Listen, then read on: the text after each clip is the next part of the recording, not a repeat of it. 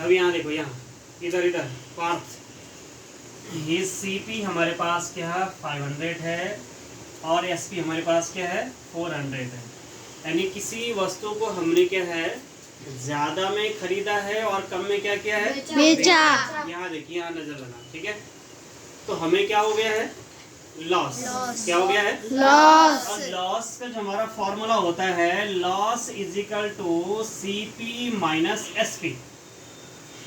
इसके बाद हमारे बुक में पूछा गया है कि हमने लॉस तो निकाल लिया, हमें लॉस कितना हुआ है, हमें क्या है यहाँ कॉस्ट 50 है माइनस 400 इज इक्वल टू 100 रुपए का हमें लॉस हो गया है।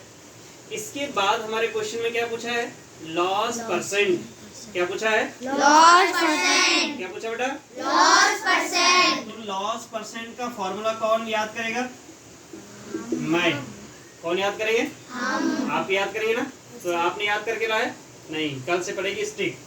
अब देखो यहाँ पे लॉस परसेंट क्या हो जाएगा, loss percent upon CP multiply 100। इस फॉर्मूले में आपने इसको फिट करना है। तो loss percent is equal to loss कितना रुपए हो रखा है, यहाँ लॉस परसेंट हो गया, यहाँ लॉस होगा सिर्फ कितना है 100 रुपीज। CP कितना दे रखा है यहाँ पे, देखो इधर ढूंढो कहीं,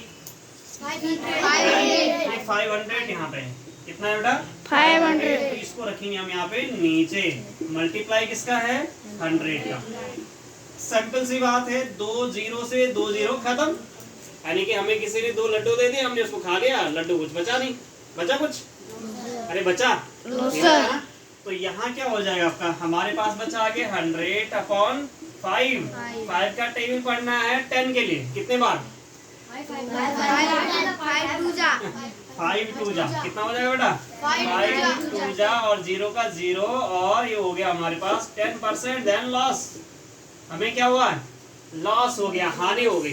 क्या हुआ है हानि, लॉस हुआ है। समझ में आया, ठीक है।